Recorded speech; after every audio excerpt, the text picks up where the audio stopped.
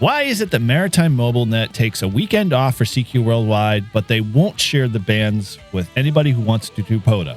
Next on Live Free and Ham. Well, we're going to talk more about other stuff too as well, but that's one of the things that's sticking in my craw today. So hello and welcome to Live Free and Ham podcast. This is our weekly show where we discuss ham radio topics in New Hampshire, in New England, and beyond.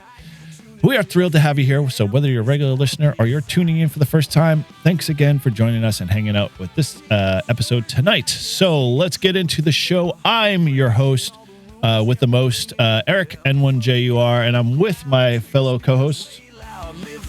It's Paul, N1OG. And Todd, W1STJ.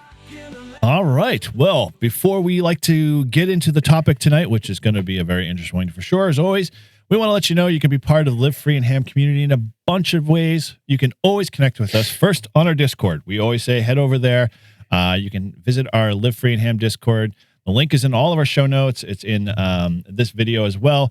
Come join, be part of the party. It's been a blast. It's been really, really good conversations and awesome stuff. And heck, if you're a foodie like some of our folks are, there's recipes flowing like there's no tomorrow. I don't know what it is, but it's becoming pretty a commonplace for folks to post. So you can always then leave us a voicemail.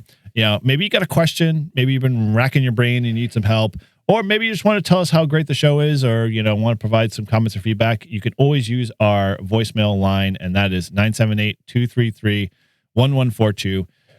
And as Paul always says, and as the tagline always goes, call us for a good time.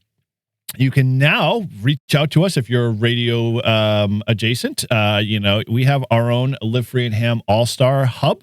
That is 580-871. And we're always on there. Todd and I are hanging out. I know Grouch, once he finally gets on the road, he'll probably have his fired up there and going. Did we lose your Grouch?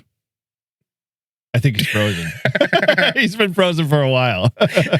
Well, hopefully he'll hop back in. I'm like, he is really into this intro. I know, he's focused. Laser focused. The new Grouch. Yeah, exactly. And, well, as we always say, you can join us on our monthly live stream. You know, you don't want to miss out, so make sure you head over to our YouTube channel, hit the subscribe and like and share button, and come be a part of all the action when we go live. Oh, yes, he is so stoic, Mike. That's for sure. So you can always support the show, like we, if you prefer to do that too as well. You can visit our storefront over at livefreeandham.com/shop. He's really frozen for a hard for a hard end here. You can become a Patreon member, and all our Patreon members get access to all of our episodes before they go to the general public.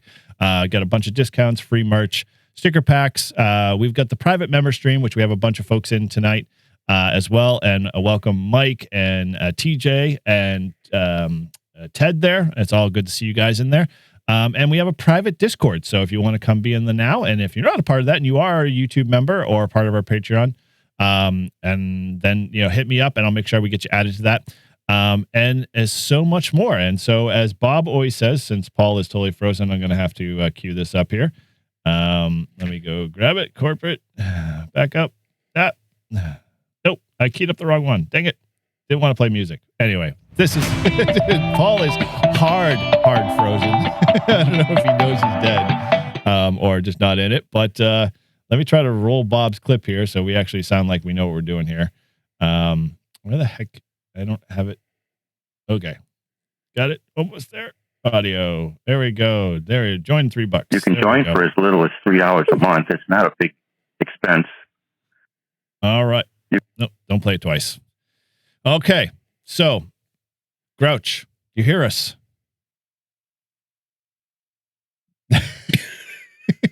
Somebody text the man. You want to hit him up on text? Yeah, I'll get him. Well, we do have some mailbag stuff. So when Grouch decides to come back, because we got a couple of win links, we're going to kick into that in a second. So let that message go out to Grouch because he is totally frozen. I wonder if his machine decided to shit my bed. I just shipped my bed. I love that commercial. I just shit my pants. I wish those days, man. It's been a long time. I just shipped my pants, and it's very convenient. Very convenient. Really convenient. So, all right. Well, we can dive back into the segment here. Hopefully, Grouch realizes he's frozen in time there, and he's coming back. So we'll dive into something extra, and We can't do that. We're gonna not dive into it. He went offline, so maybe his computer's rebooting here. We're not gonna edit this out. We're gonna give you just the raw what it is here, even if you're one of our regular listeners there.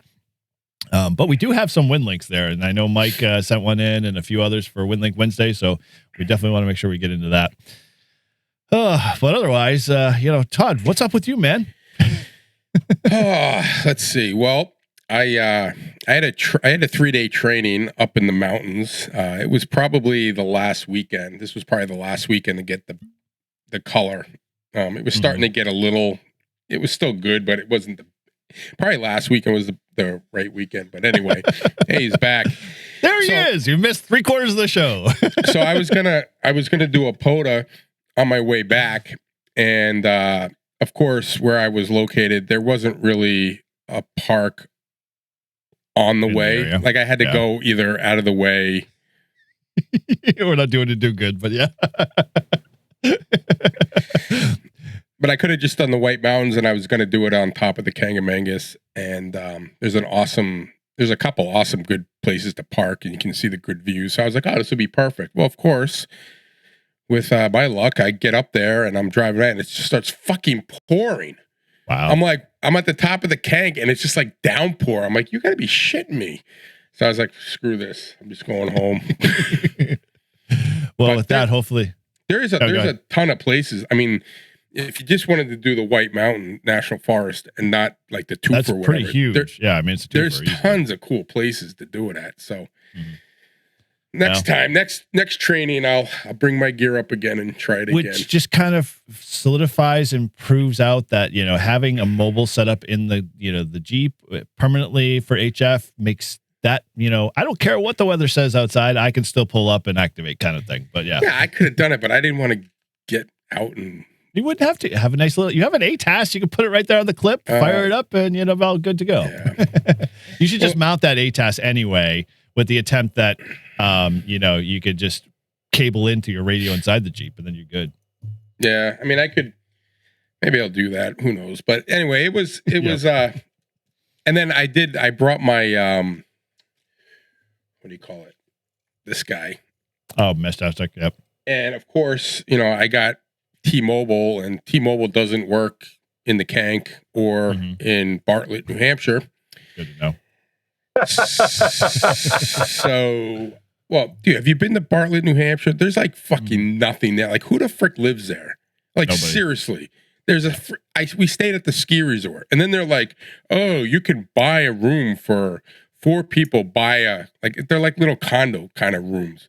For $4,000. I'm like, this place is a freaking dump. It hasn't been upgraded since like 1960.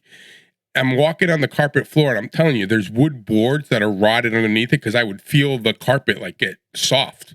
I was like, oh shit, like I'm gonna fall through this thing. But anyway, it was it was. I mean, it was a good conference, but I had my what do you call this thing again?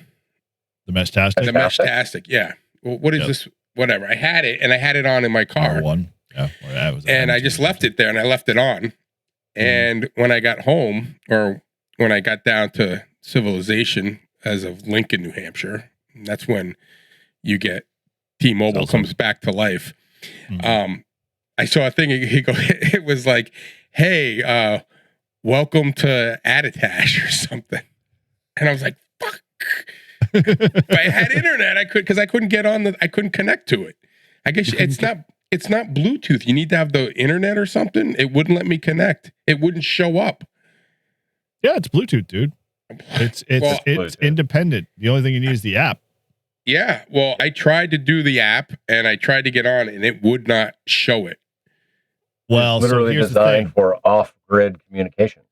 I know, but it didn't show on my. It didn't show it on the. You kept your phone, right, when you moved over to T-Mobile?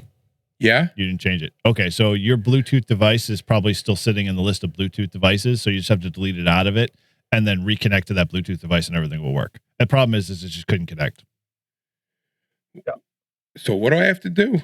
So go into the Bluetooth settings and look for the device On in your the list phone. of on the phone, right? Thank you. Yeah. All right. And then find the device name that you have for that device and then delete it out. Forget it. And then once you forget it, you can then re-add it in the app. Yeah, then you go back into the Meshtastic app and you repair it. Yeah. I mean, ultimately, I know you got that little device, but these little cards are perfect because there's like they just know. Yeah, like I've never had a Bluetooth problem. Yeah, I got to get one of those because it was kind of cool. Because then I would have been like, oh, I could talk. I mean, the place was a judges treatment conference, so it was a bunch of judges and lawyers about how to provide treatment and stuff. So, I mean, it was all right, but it was like I went to trivia night, and let me tell you. My freaking office mates and JPPOs or probation officers, they fucking suck at trivia. Like, if it wasn't for me, we would have gotten like nothing. Yeah, I was gonna say at the same time, they weren't even that I hard. sat at a table with you and your wife, and you. Okay, maybe you're competitive when your wife's not around, but my God, you literally your wife is not somebody I want to sit next to again if we're in a competitive, those gaming were hard scenario. Like those were hard, right? Like those were like okay. These were like what was one of the questions? It was like, but I'm not even questioning the content. Your wife is like I don't know, a slave driver is the best way to describe it. Where it's like, come on, guys, stay focused, get on this task. Let's get the answer here. Come on. She's from Winter Hill, Somerville. Yeah, true. Right. I know she's got a lot to prove. I always give her shit because she literally lived like when I first met her. She goes, "Oh, I want to show you where I grew up." Because we're in Boston, so we go to Somerville, and she shows me her house that she grew up in. I literally get to the end of the road, which is like 3 houses down. I take a right. It says, "Welcome to Winter Hill." I'm like, "You grew up with Whitey Bulger?" And she's like, "Shut up." Yep. I guess my sister-in-law, who unfortunately has passed away, but when she was a kid, she worked at a breakfast place, and she used to serve him coffee all the time. I'm like, sweet. Yeah. All right. Well, let's back the train up here, put it in reverse. Yeah. And, no POTA this week. Not really anything. Like I said, the big thing was last weekend when we did the Eagle Island. Mm-hmm. And I got all my contacts. I think I'm like 30, 40 contacts away from 10,000 contacts all time. Wow. Which I wasn't really paying attention to it, but then I looked, I was like 9,960 something. Cool. So, yeah. Sweet. All right. Well, let's back this up a little bit, and we're going to kick off our usual mailbag. Ladies and gentlemen, can I please have your attention? I've just been handed an urgent and horrifying news story. Everybody, we got some news. Slow down, Boog. Let me handle this. We've got some news. I've got bad news and bad news. I have reviewed ship's personnel, Captain. Congratulations, you've got mail.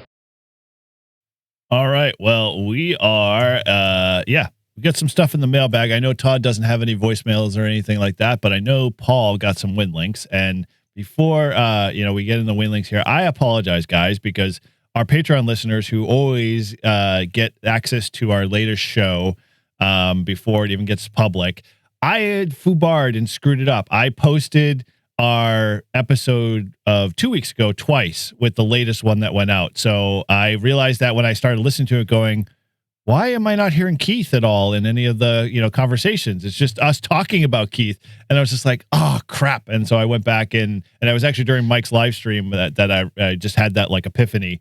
And so I fixed it. So those that, are on have our Patreon, audio only version, feel free to download it again, because it's definitely got the latest one in there. And that has Keith. We had Keith AC1RH on, and that was an awesome episode. So, you definitely don't want to miss that if you want to catch it, or it will air on Monday. So, all good there. But yeah, anyway. So with that, Grouch, do me good.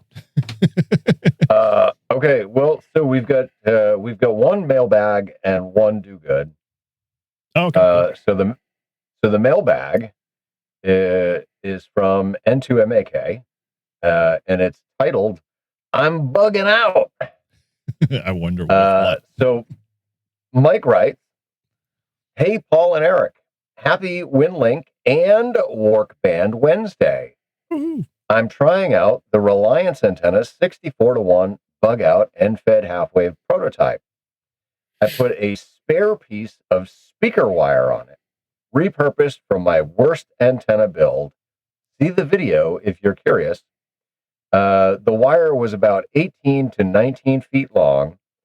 I thought it would be a little short for 12 meters, but I figured I'd check. I got an SWR of 1.5 to 1 without any tuning. It just goes to show, RF around and find out. Anyway, I figured I was long overdue for sending y'all a WinLink. Plus, I wanted to see if Eric really did have WinLink up and running. Keep up the great work on the podcast and videos. 7-3 Mike N2MAK. And yes, Mike is correct. I do have WinLink. I finally got around. I mean, I can get it via Telnet, which is fine, but I'm working on the VAR stuff now that I've sorted out my whole Flex issues. So those will be coming soon where I'll be able to download them legit as like I'm downloading them from RF. We'll continue. Still, do not change path. Do not modify course. Continue straight on. Send them only to Grouch. That way you will get them and we'll be able to read them. So yeah, heed my warning. All right. Well, in all fairness, right? I mean, for like the last 4 months, I've been downloading them all Telnet. So. I hear nothing. I figured you were doing that, so I was like, wow, man, the RF is. I know it's fast, but it isn't that fast. It's not that fast. So, all right, cool, good on that one. All right, so we do have a do good segment. So heck, well, this is what. We're now at every other week. So heck, we'll start a do good here, and so let's kick it off. Doing good. Good. Doing good. You do. That's good. Do good? Do good? You're doing good. Absolutely, I do. Good. Doing good, Bob. Doing real good. And right now, my only outlet is my ham radio. All right. Well, apparently that's on loop there. So we're going to shorten this up here. So yeah, we all aspire to do great in ham radio. So whether you're assisting in a disaster or providing communications in every form faction, a do good is exactly what we want to see here. So with that, I am going to pass this over to Grouch because he's got his and let it rip. All right. So this do good is actually a follow-up from the do good 2 weeks ago. Oh. And so Derek KQ4ALK writes, this is a follow-up on Saturday's Georgia Fall POTA Sprint / Support Your Parks event. I posted some of the pictures in the Discord channel, and I will upload the rest later today. We had a great event, 5 stations set up. We had one operator running FT8 on a USDX, one on an ICOM 7100, a single sideband station on an 891, and a G90 and an FTX1 Optima for anybody else that wanted to operate. There was some amazing home-smoked barbecue for lunch and plenty of company / visitors. Already reserved the pavilion for the spring event. I'm loving the show, 80-meter rants included. Keep up the good work, and I hope to be listening for a long time. Signed, Derek, KQ4ALK. Dude, sweet. Thanks, Derek. That's awesome, Dan. Yeah, definitely keep those guys coming. We always love to hear the do good stuff, no matter how simple or, even if you like helped a little lady cross the street and you had your radio with you, we want to hear about it. Those kinds of stories, it helps inspire everybody else. And in where we are at this time in the world, it's always good to hear some of the good stuff.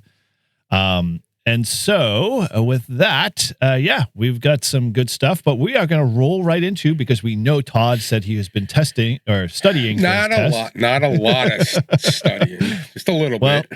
With that, wrong button. It's everyone's favorite segment.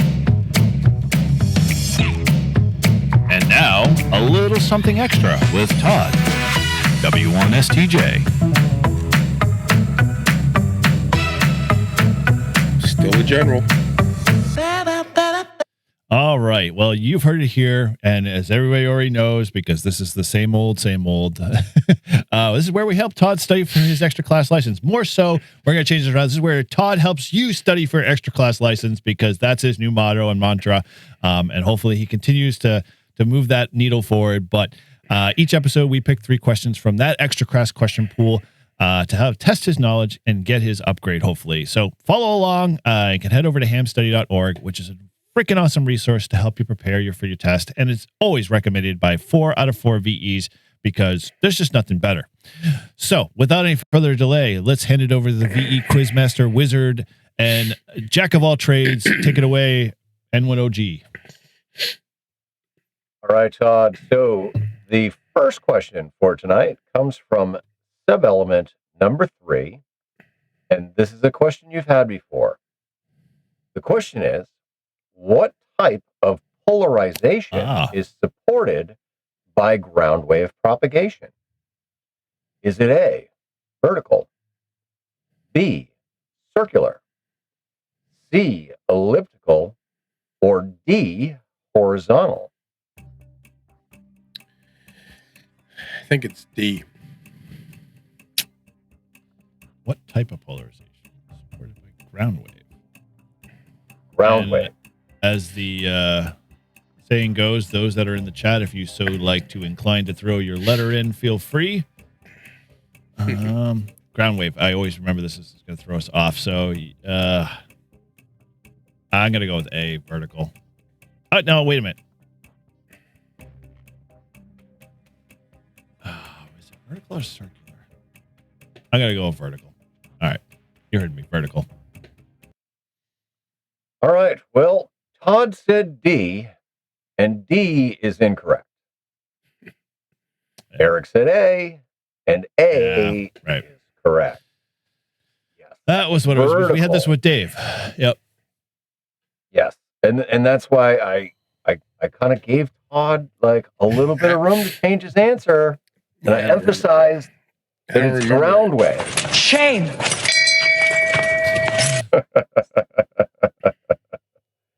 Yes, ground wave. So you want a vertical. What's the explanation? It's the same as it was last time, but sure. Okay. So for those of you that have never heard this question before, ground waves are a result of interaction with the radio signal and the ground. The interaction has the effect of causing the signal to follow the curvature of the Earth.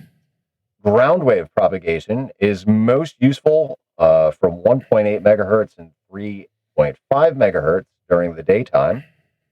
This only works with vertical waves. Horizontal waves will short circuit immediately, since the whole electrical field tends to end up in the somewhat conductive ground. One way to remember this answer is to consider commercial AM broadcast ground wave propagation via vertical towers that are polarized vertically.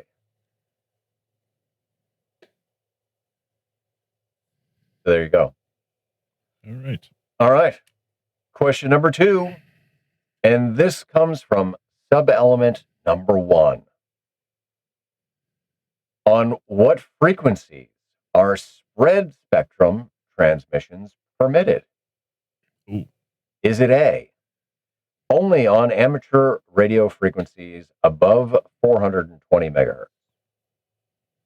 B, only on amateur frequencies above 144 megahertz? C, only on amateur frequencies above 50 megahertz? Or D, only on amateur frequencies above 222 megahertz?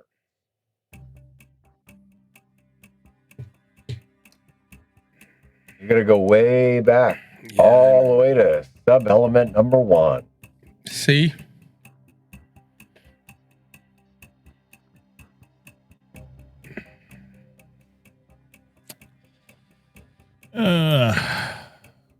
I think you might be right, but I can't remember if it's a lower like no. Well, 50 megahertz is lower than 2 meters and 440, or 2 meters and 220. Yeah, I think Todd, you're right. All right, so you're both in agreement that the correct answer is C? Yeah. You're both wrong. Todd?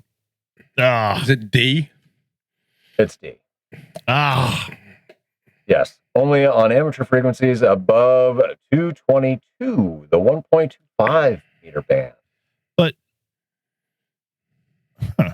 But isn't there experimental use on 220, 2 meter, and 6 meter, I thought? Hold on. All right. So spread spectrum uses a wide bandwidth, which would cause too much crowding on the relatively narrow bands below UHF. And so your tip is SS222, right? SS, spread spectrum, 222. The twos are spread into 222. Twos spread. The twos are spread. Yeah, that was that dumb hint that I thought was really dumb, but yeah. At least Mike had it right. Mm-hmm. We won't ask how he got, to that answer, but I would assume being the no band left behind guy, yeah, he would know that. Yeah, and Mike's probably right that is a horrible tip, but it's the tip that's there. So yep. Feel free to contribute your all right. Todd, you're striking out. You are now 0 for 2. The third and final question of the evening comes from sub-element number 6. And the question is, which of the following digital logic families has the lowest power consumption? Is it A, Schottky TTL, B, CMOS, C, an ECL, or D, NMOS? We've been this one before. I know. I think I used to many times. I think I used to say Schottky TTL. It is not. I know. So I'm going to go with CMOS. Yes. It is CMOS. All right, because I remember. Yes. Yes. Yes, the correct answer is CMOS. Woohoo! Finally, get this one off the plate so we stop seeing it. So for those that may not have seen this question repeatedly come up, go back to other episodes. Listen, I am old and my long-term memory is not that very good. I don't disagree, man. I feel your pain. Fuck off. Fuck off. All right. Fuck off. You see that shirt? I'm getting one. Fuck off. CMOS stands for complementary metal oxide semiconductor, and it is a digital logic family known for its very low power consumption compared to other logic families. This is because CMOS circuits only draw significant power during switching and have negligible power consumption when in a steady state.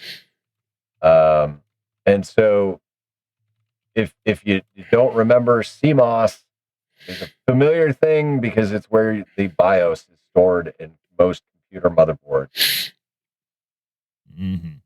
Cool. Whew. Well, that means I got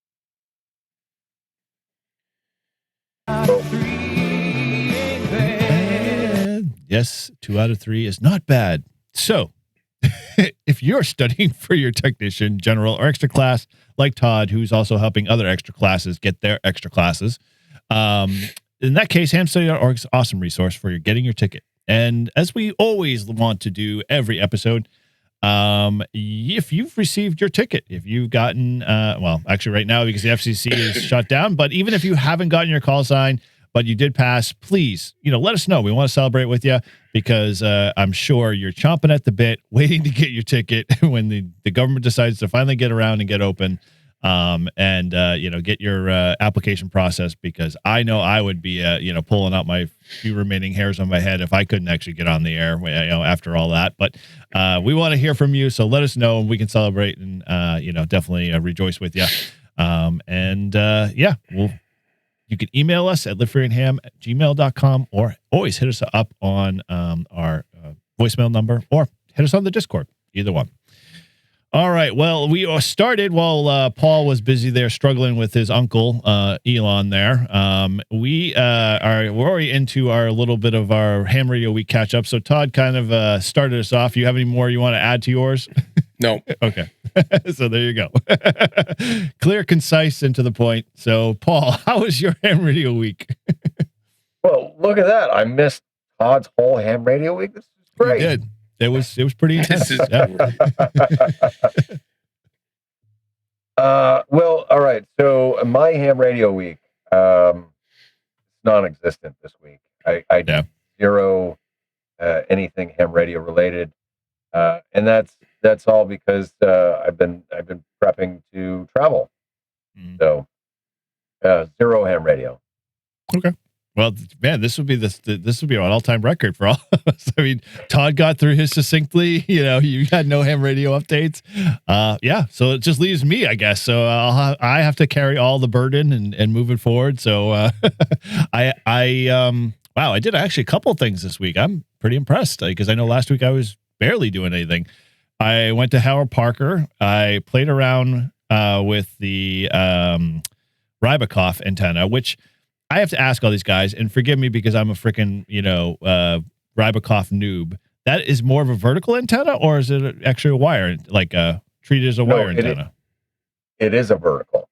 Okay. So I was like, when I got it from Matt, I didn't really look at the package until I got there and I started to set it all up. So I'm like, I'm just going to put up my 10-meter mast, hang it off the top of it, and I should have enough line to go like 30 feet because I kept hearing in my head, like, oh, it's just a random wire kind of thing. And I'm like, well, it sort of is. But I didn't know it's supposed to be in a vertical setup. So I literally like shot the antenna all the way up and I reeled it all. I'm like, wait a minute. I'm like pulling on it. I'm like, where's the rest of the wire? And I'm like thinking in my head, like, yeah, no, this is not going to work. So I kind of shortened up the mast and shortened up, the ground radial. The ground radials I left at a low angle because I figured, okay, they had to be on the ground to, be effective. And so it did really well for 10 meters. I didn't I had my tuner ready. I had it all wired in. Thank God. Hold on. Where was your feed point? Down about 10 or 15 feet out from the truck. Okay. So Michael, correct me if I'm speaking out of turn here, but in my understanding of the Rybakov is you want the feed point, right? The transformer portion almost on the ground. Oh, okay. And then you run the wire up the mast. Okay. And then you run your counterpoise out. So the wire was at the top of the mast, but the mast was not a full extension. I was out at an angle, and I had tied off the transformer just about maybe 12 inches off the ground, and then I spread the radials on the ground. So it literally is acting like an end fed for me. But in essence, yeah. So again, like I said, I framed it a potent, Rybakov noob, had no idea what the heck I was, kind of dabbling in, but I had the tuner set up. I sadly didn't use it. Not that I wasn't going to, but it tuned up fine on 10 meters. So I was just like, it was like a 1.7 to 1. I was like, screw this. I'm just going to go, and start on 10 meters because everyone kept saying 10 meters was really hot and they weren't lying. 10 meters has been gangbusters. Oh, dude, I had 33 contacts in 30 minutes or less. And I was just like, I barely like Todd said when he went out to, Eagle Island, called CQ once. And, once I got, maybe it was 2 CQs out, I just kept going and going and going. I was like, oh wow, it was great. And they were a solid 5.9. So I will reset the antenna up and not look like a total idiot when I do the review again. Because I figured I've got to play with these antennas first before I start to actually put them out there to, teach people about them myself if I don't understand how the heck they work. And apparently I don't. So yeah. So if I remember right, at the end of the wire, Matt put a little doohickey so that you could put an S-beaner on it. Yep. And so what I did was I clipped the S-beaner to the eyelet in my POTA 20. Mm-hmm. I ran the POTA 20 all the way up, and so the wire stayed vertical with the mast. I just leaned it into a tree. And then the transformer was sitting on the ground. And then I spread my radials and got on the air. Yeah, I had the radials spread out pretty well, and the the transformer was not more than like, by the time I finally settled down, it was not more than like 6 inches off the ground. So yeah, I'll definitely have to try it in that configuration and see what better performance I get. But I was getting solid 5.9s. You know, people give me 5.9 plus 20s with this antenna. It was really like loud. People were like, "Wow, man, I'm hearing you. Where are you again?" I'm like, "You running like a kilowatt?" I'm like, "No, just running 100 watts here." And they're like, "Coming in loud and clear." So, and I had a lot of European stations coming in too. So, you know, it just added to the fun. But yeah, so I did that, and then what else I had to do? So the CQ Worldwide was this weekend, and I'm more about just testing it, you know, using it as a platform to test my gear to make sure it still works for, you know, winter field day and that type of stuff for whatever reason. And so after fooling around with my Flex DAC problem that I had with my computer, finally got that all squared away, and you know, got on, made a couple of contacts for a while. The pileups are so huge with obviously CQ Worldwide, if you've never been through it, that you can never really trust that you feel like you're getting out, even though you're putting 100 watts out there. And so it's like, I'm constantly yelling. And so, but everybody's going to give you a 5.9 anyway. Yeah, I'm never asking for, you know, accurate signal reports for sure. So, you know, after I, you know, kind of found a few other stations that gave me reports, you know, basically gave me, you know, picked my call up and was able to, you know, hear me. I was like, oh, okay, cool. Gear's working good. And then I went back to FT8 and played FT8 for the rest of the weekend. And of course, Torres is like, dude, do you ever stop with FT8? I'm like, oh, shoot, I forgot. I left it running. Damn it. And so I went back down to the shack and turned it off again.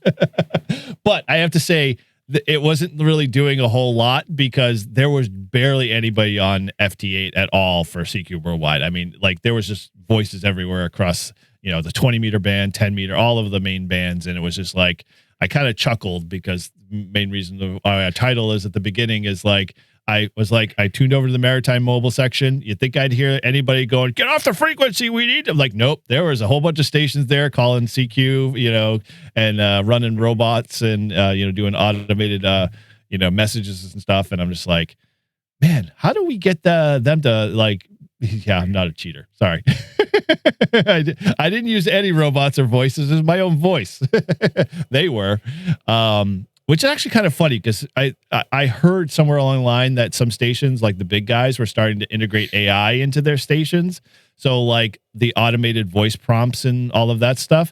And I can't tell you, this morning I was listening to Callum because he was live streaming, and he got 3 or 4 stations, and you could tell they were AI voices because they were very clear. It's like, you know, everything, like the response, the 5.9, making sure they repeated the call back. I mean, it was like, that was not a human voice by any stretch of the imagination. And they went on the next one, and it was like clear as day. And it's like, you know, there wasn't like, what your station? What your station? Oh, you know, you Ulysses? You are Japan? No, it's like the computer picked it up, knew what it was, spit it back at them, gave them their, you know, report and you know, CQ zone, and went on to the next one. And it was like, man, talk about taking all the fun out of it. So, yeah. Yeah, so I don't know, played with antennas. I finally got my coax squared away in my truck for my switch, and that's all working. So I'm happy to get all that squared away. And yeah, so I did a lot of ham radio this week. So when are you going to have AI running your Flex for you? I don't know if I'm going to, my friend. At this point, I don't like. I use some of the Flex helpers that are out there with like tie-ins to some of the what they call helper apps, but I they end up breaking on me a lot more than they become useful. And so I don't want to spend the maintenance on keeping it working so it works for me. It's like, that's not effort. That's too much effort to be able to, like, I could go make the contacts myself and be happier. So yeah, that's where I'm at with that for right now. Get off my lawn. No, I'm with you. I mean, I guess I'll give props to the people that, you know, have figured out how to get AI to run their freaking station for them. Yeah. But to me, that just takes all the fun out of it. Like, I'd rather sit there and use my foot pedal and my mic and just make contact. Yeah. Yep. You know, see, that's funny you say that, because that's going to become us when the old guys complain about how CW is the only way of mode of ham radio. It'll be like, the damn AI, man, it just takes the fun out of everything. I remember when we used to stop on the ground and hit our PGT, and we used to spit our voices out there and repeat it 19 times because they couldn't figure out what the U stood for. You know, it's coming, my friend. those days will be soon. Oh, sooner than we know it. Oh God. Do we ever? All right. Well, that's enough ham radio for me. Yeah, we kind of alluded to, as I'm trying to pay attention to Mike's comments in the chat there, that at the beginning of the show that, we're going to kind of bounce around again. We've got a couple of feelers out there for some guests, both from the contributions that folks have put in our Discord channel there. And we appreciate everybody recommending, future topics. So keep those going. As we're always interested to provide you guys a way to be able to just, talk about stuff that you guys want to hear about or know more about or, hear our opinions on. But this week, we weren't able to line up. We've got a couple other great folks that we won't let the cat out of the bag right now on that are going to come on and hopefully chat with us. So, make sure you're subscribed and checked in and on our YouTube channel and, part of our podcast there. And that way you won't miss anything. And if you really want to hear them sooner than later, then you should be part of our Patreon membership there too as well. So there's a little incentive there to get you going. And those that obviously are in the chat tonight, definitely know and get to get access to all that before the general public gets to it. So with that, I was going to talk a little bit about which we alluded to at the beginning, but I want to do a little quick housekeeping really quick with folks. Because Paul, I, and Todd have been in the background, working some stuff.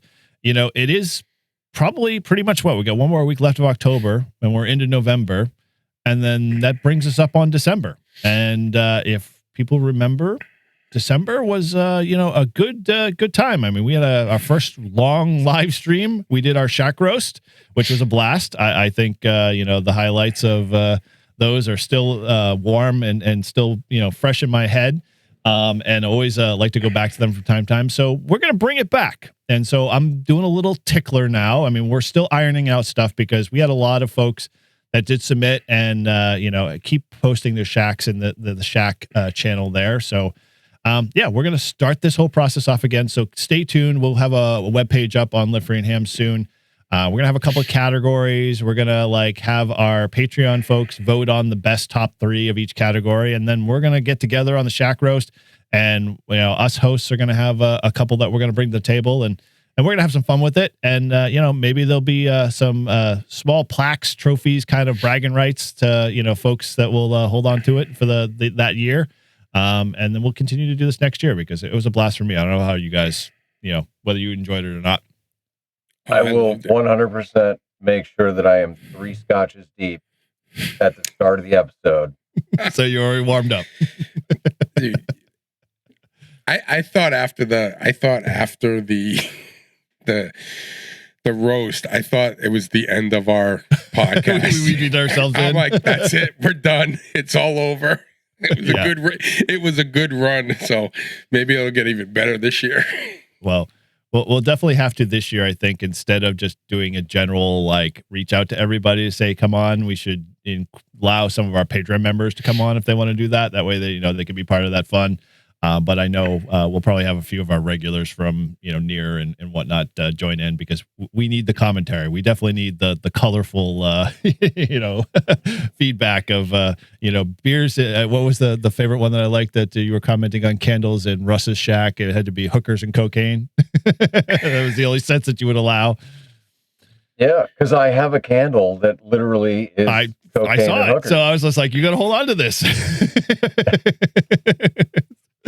So yeah, that'll be coming up, guys. So yeah, so get as Mike says in the chat there, he's got some work to do there. Yeah, you do. So we'll have a couple of categories for those that actually don't have physical shacks but might have a portable shack. So we'll make sure we cover all the bases for all the folks. So it'll be fun. So all right, well, enough of the housekeeping there. As we kind of dive in tonight. So we wanted to kind of bounce around on a bunch of different things and, once again, just kind of let the topic flow wherever it goes. But one of the things I made comments to, and we can either talk about it now or if Grouch wants to kind of catch everybody up update wise on where he's going to be and his road trip and, all that stuff. We'll throw it over to you first, Grouch. So, yeah, give us kind of the update there if you're so inclined, and then we can talk about the other stuff.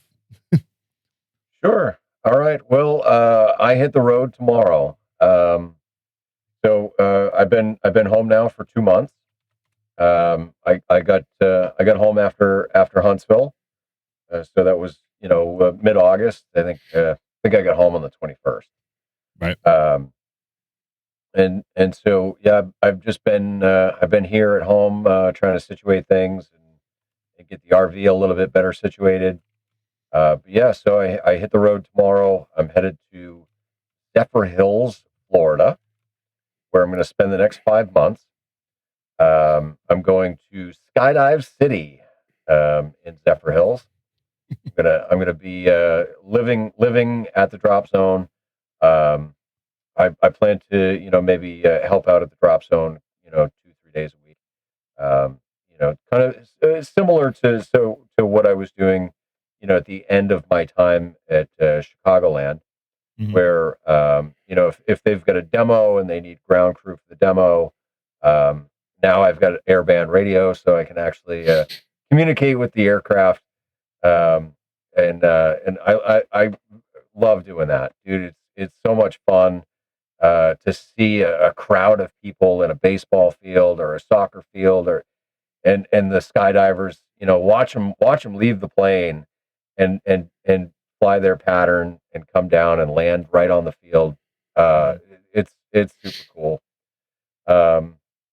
There's also some talk that I may be learning some aircraft mechanics, which that'd be really cool. I mean, I've worked on cars and trucks and tractors since I was old enough to hold a wrench in my hand. And then I had my own custom motorcycle shop for a few years. It was like I don't know, 2014 to 2017 around about.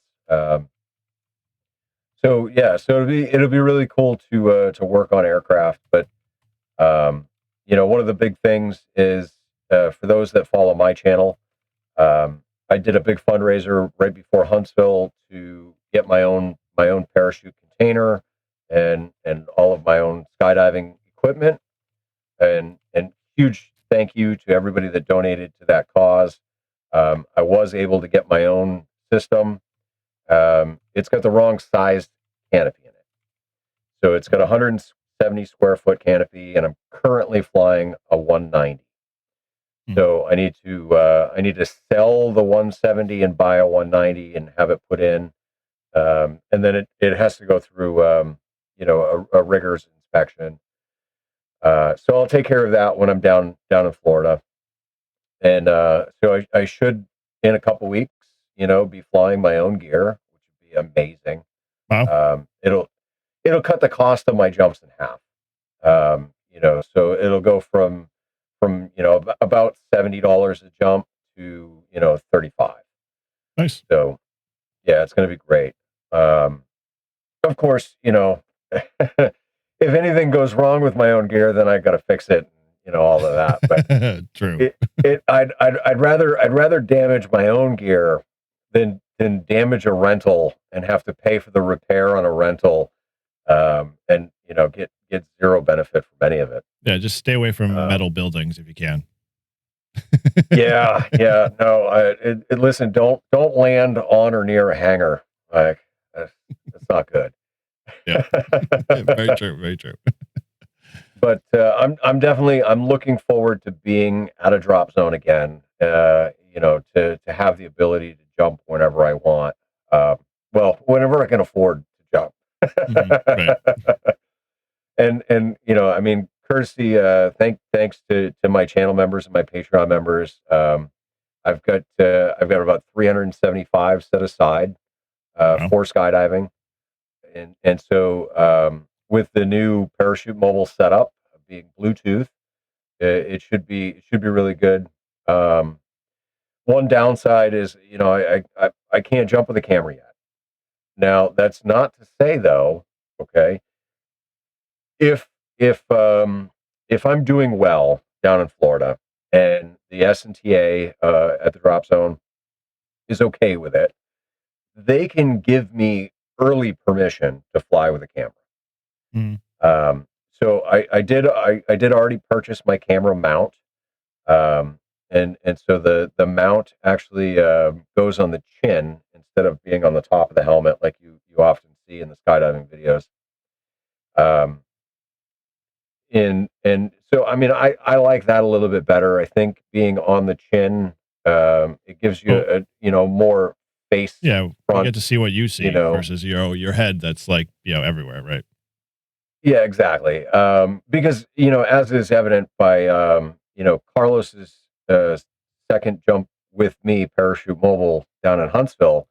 He had taken the camera on top of his helmet and he had turned it down so that it was focused more on his gear while he was getting his gear ready, and he never turned it back up. And so through the whole video, you're just looking at the ground. You don't get any view of me flying around him, which I was doing. I was flying around him. So yeah, so it'll be cool. And I'm hoping that even at the very least, just getting a lot more jumps under my belt, getting a lot more experience, and enhancing my skills. That I can get that clearance for flying with a camera. But the travel plans are relatively uneventful. It was supposed to be something special, where I booked 2 nights at the Santee National Park or State Park in South Carolina. Okay. And now I had prearranged all of this with people. And so Steve, KO4AFL, was supposed to be around, and he was going to meet me at Santee State Park in South Carolina. We were going to activate the park together, and that was going to be, a cool thing. It was great. He was down in Huntsville, so he was at the drop zone when I did my first parachute mobile. He was one of the 3 contacts that I made during my first parachute mobile. Right. And so, yeah, I was really looking forward to being able to activate with him. Maybe go to, the American Legion or whatever and have breakfast and just kind of hang out. But he got called away for work.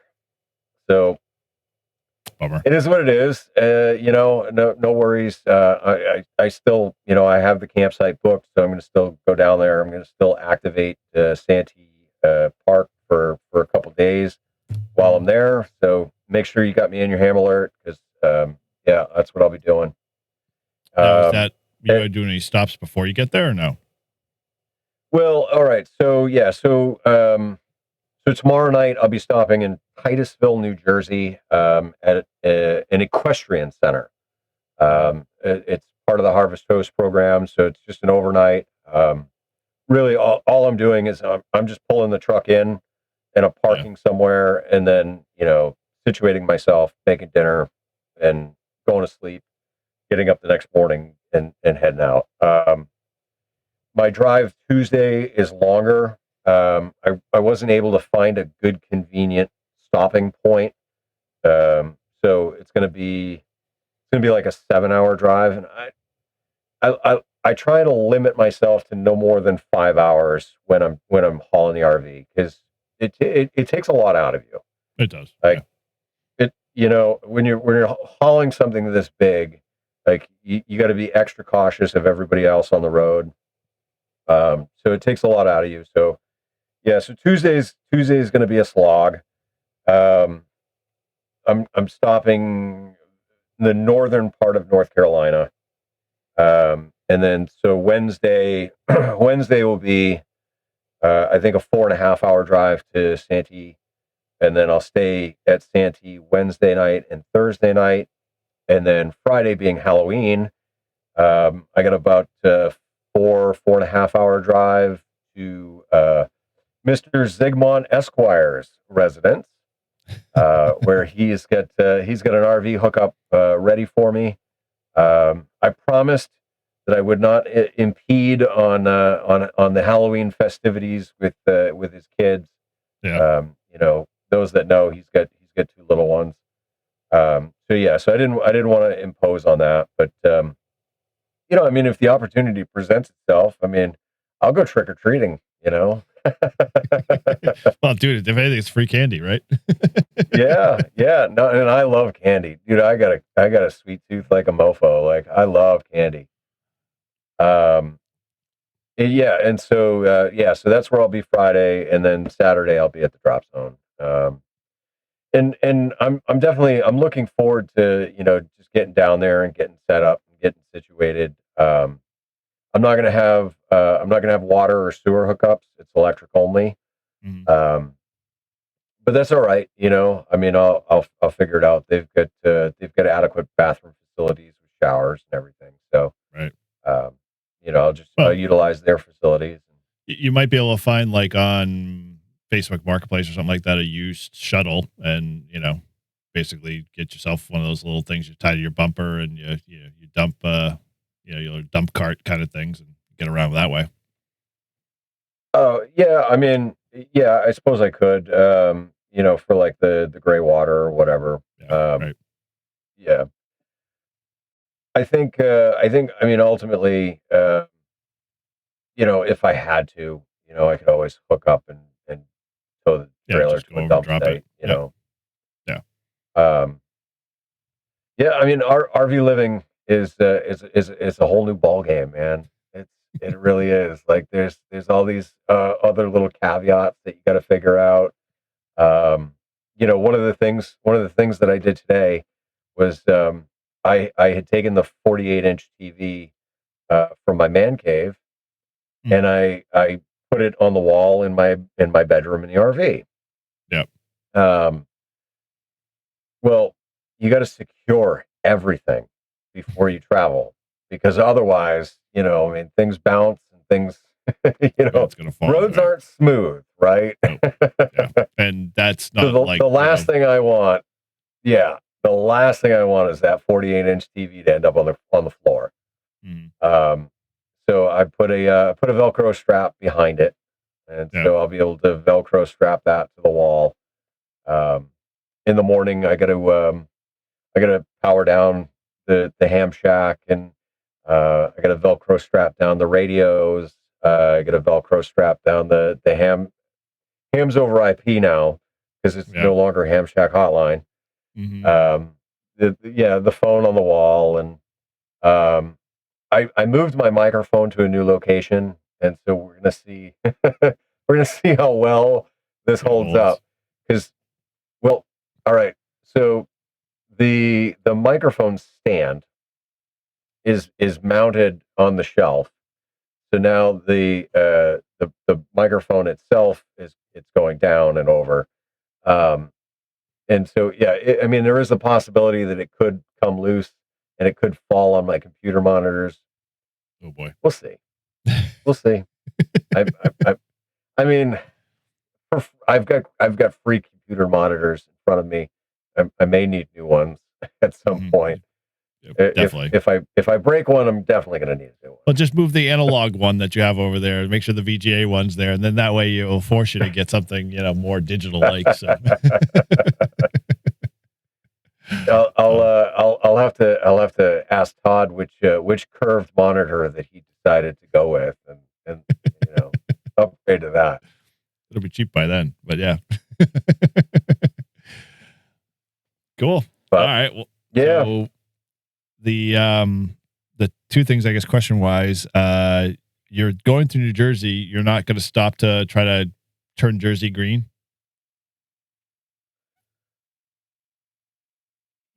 I mean, I guess had I planned things a little better, I probably could have.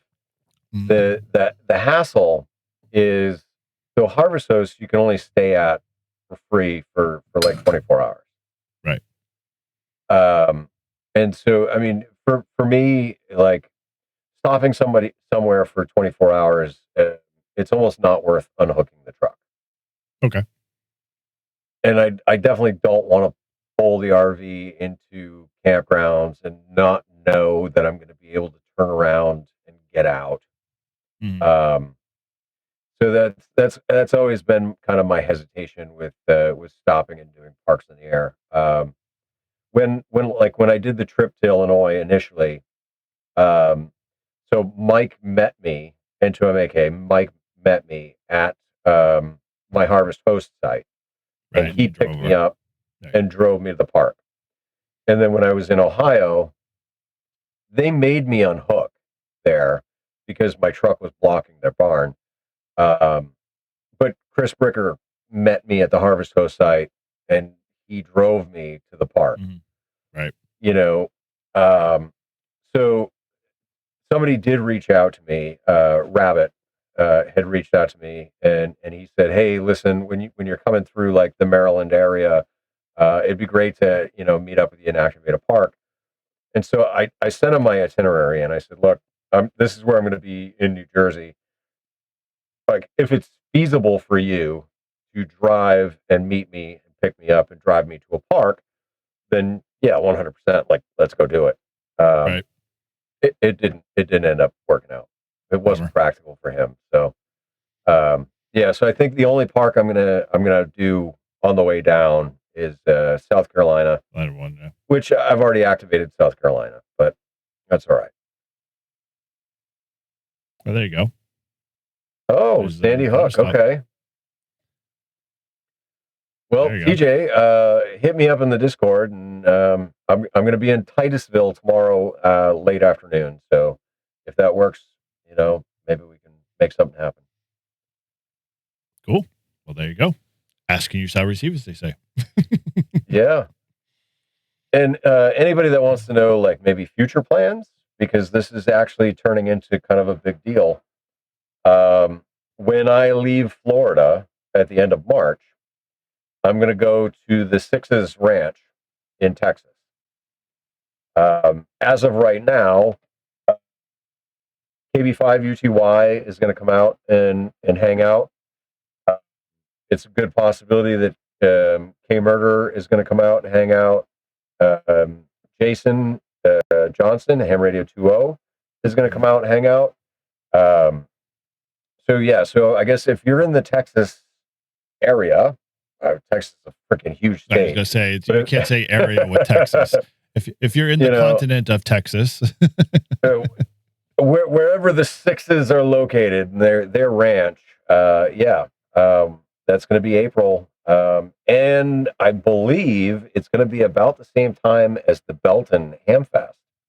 So there's a good possibility of getting that. Oh, cool. Well, freaking remember your camera and actually record something, my friend. Don't record the Hamfest. Record everything else. I got a nice new camera. Well, new to me. So yeah, this will be in my pocket because the GoPro's been giving me issues. Yeah, they do. Cool. Wow. So it sounds like a good road trip for sure, and definitely you've traveled it before, so it should be pretty familiar to you, and hopefully there won't be too much shit that goes down as you go down that way. But it should be good weather though. Hopefully, by the time you leave, the rains will be coming up this way anyway, so you'll hopefully have dodged them. Although you leave every time it rains, it seems to be your thing. Yeah, well, and so a funny thing too, right? So the wife checked the weather down in Florida, and she's like, "It's 85 there today." I'm like, RV life, babe. RV life. I mean, you could come. Yeah, it might entice you. You never know. Figure out how you can work the RV life. It is, sunny weather and much better temperatures. The ocean's only an hour drive away. Nice. Can't beat that.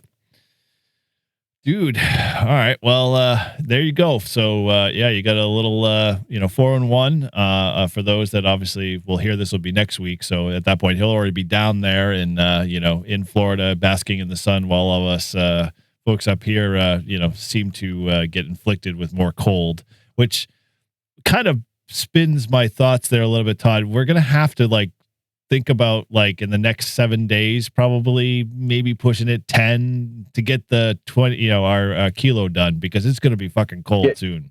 You were supposed to do that before I left. Dude, we were supposed to do a lot of things. We were supposed to shoot guns. We were supposed to do a whole crap load of things, and we just didn't do any of it. Oh, you're muted, Todd. I said, don't blame me. I got caught up. I know. I'm not blaming. We can do it this weekend. Okay. All right. Well, then let's try to shoot for that so I can schedule it and get folks. Yeah, I just can't do it like all day. It like a few hours all day. Right. Like 25 contacts. We should be able to bang that off in like an hour max, unless the bands are really crap. But I don't think we're gonna have that problem. All right. Well. Okay. So you heard it here. We'll make it happen. We'll get us out there, and so I'll put a live stream feed out. Sunday is daylight savings time. Oh yeah. So it's going to be hard to do like after work. It'll be dark. Yeah, we can do 100%. A night one. Oh God, I can only imagine. Our headlamps on. I am not prepared for that, nor do I want to get into that, especially with the fact that once the sun goes down around here, it gets freaking cold fast. So we'll just get one of Paul's. He told me I could use his tent. I have okay, but then at that point we'd only need to have that happen if it really was just bad band conditions and Paul's wish came true, where we get zero contacts for 8 hours straight. I always, even when the bands suck, I always get contacts there. All right. I wish you guys get nothing but X-Class players on the day of your activation. Thank you. I appreciate that. All right. It's going to be 55 on Saturday and 56 on Sunday. Well, let's shoot for Saturday then, because hopefully it won't be as cold it was as this Saturday. Well, windy it was this Saturday, but we'll bring it all. Wind gust, 27 miles an hour. 55. Wow. That might be pushing Eric a little. Might just be a little too cold. 25 contacts. I'll bundle up. I'll wear the long johns. I'll just do whatever we need to do. Layer all 55 degrees. Sorry. Dude, you sound like you're from Texas or something. I know. I do. I totally do, man. I heard turn 50, man, and all of a sudden it's just like, I'm like almost ready to turn on the freaking thermostat. And I was like, no, I refuse to. I have to fight my hand. Well, it should be all right. I mean, and like I said, I did one of the activations to catch up to you, and it was wicked windy. I mean, it was like constant 30 mile an hour. It was with probably like 50-mile gusts. And I put the Buddy Pole Pro, and I just added the throw weight on it, and it worked fine. It didn't tip over or nothing. None like your what's that one you use? That vertical that always falls over. I put a weight on it, dude. It works perfectly fine. It only falls over if I don't put a weight on it. Yeah. Even if there's no wind, it just falls over. Well, dude, it's center loaded. What do you expect? The coil's like 3/4 up the way. It's like literally just like putting a brick on a stick. I think we should use the bug out mini. Oh, dude, we're going to use both. So you got a little coax switch, so bring it with you, and we'll put your Buddy Pole Pro up, and then I'll throw up the end fed half wave on the mast, and, we'll feed them just both throw it ways. Up in the tree. Whatever. I mean, the mast makes it wicked easy. Put 66 feet of wire, we can be anywhere we need to be, and, and have no problems getting coax to wherever we need to, mount it up. So, yeah, we'll have both set up, and I think we'll be able to get all these contacts nailed down fast. Cool. So good deal on that. So yeah, hopefully. So stay tuned on that. We'll have the live stream info up on my channel for that, and hopefully we'll finally get it going, and maybe we'll time it just right so Grouch becomes 999. Now, I just want to point out, right, that like the things that I had planned that got backburnered because I've got all my own shit going on, right? Has zero effect on the two of you getting together this weekend. Hey, I was ready to go. I was not. So I had family function plans that were scheduled like 2 weeks ago, and I thought they were. Yeah, see, you make all the hand motions all you want there, my friend. But what family function did you have to do on Saturday? It was beautiful out. I trust Saturday, so I got, I slept in, which is fine. That wasn't the reason why. I could have probably gotten up earlier, but I didn't. And then when I got up, I ended up having two major client, upgrades that I had to do. And then once I did those, I then, my day was at that point, got to go to Costco real quick, got to grab a few things. And then we ended up having to go to my sister-in-law's for a dinner party that, they planned for like 2 weeks straight. So that's what my Saturday was like. So yeah. Trust me, I would have loved to have been on the air. I would have loved to. Yeah. Oh, you're bounty cigarettes. I'm like, what? You really have to continue with that hand gesture.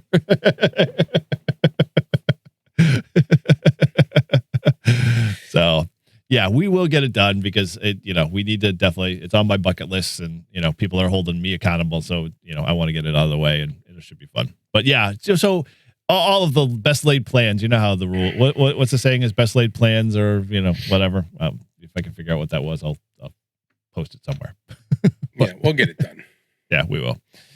Like we always say, we'll get it done. So, yeah, I mean, outside of that, I spent a little time with CQ Worldwide this weekend, but it was more just to test my equipment and make some few contacts. He had time for CQ Worldwide, but he didn't have time to get 20 contacts. It would have been a hell of a lot more than that because I would have been with you and been like, I can't let that one go. I can't let that one go. Can't let him, gotta keep him on. It would have been. It would all been 10 meters. That'd been the whole thing. We would never touch 20. Yeah, I'm planning. Let's just this do time 10 of year, meters. you don't have to get off 10. Well, Yeah, but so stay here's the other thing. And if you do leave 10, go to 15. I agree. So here's the thing. CQ Worldwide was this weekend. So if we were on 10, and that's where we probably would have been because 10 was on fire, there was no space whatsoever. To get, I didn't hear a single POTA activation whatsoever on 10 because they're all in the WARC bands because they were smart enough to go there and activate. You couldn't even find a space on 20. I mean, literally that entire waterfall was packed, top to bottom of the band, and there was always somebody on it. So I would have said that we would have had to been on WARC bands to be able to make that happen, which would have been fine, no big deal. But I would have liked to do it on 10. 10 was 10's a really good band, so we should.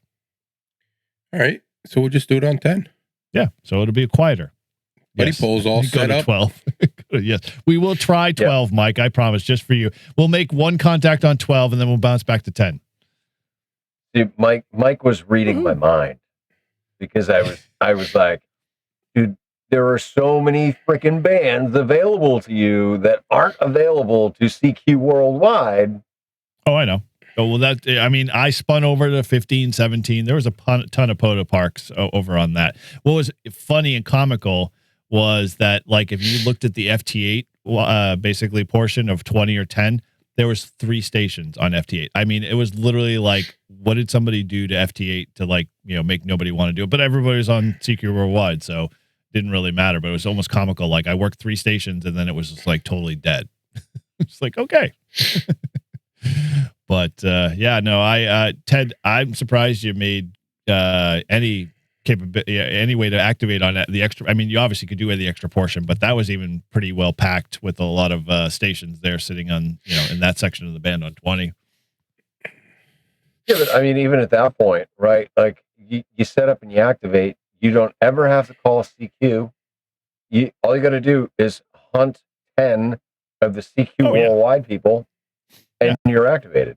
Oh, 100%. I mean, there was it was too easy for sure. And I think that's why I was if we did it on Saturday, it wouldn't have felt like we did an effort to it was the last 10 is oh, we just threw it in, and it happens. It's like doing butt to nut contacts. I don't get joy out of doing butt to nut contacts. You get them in the log, but they're not fun. But what does it matter when you're just trying to get the last 20 to get your kilo and you're going to live stream it anyway?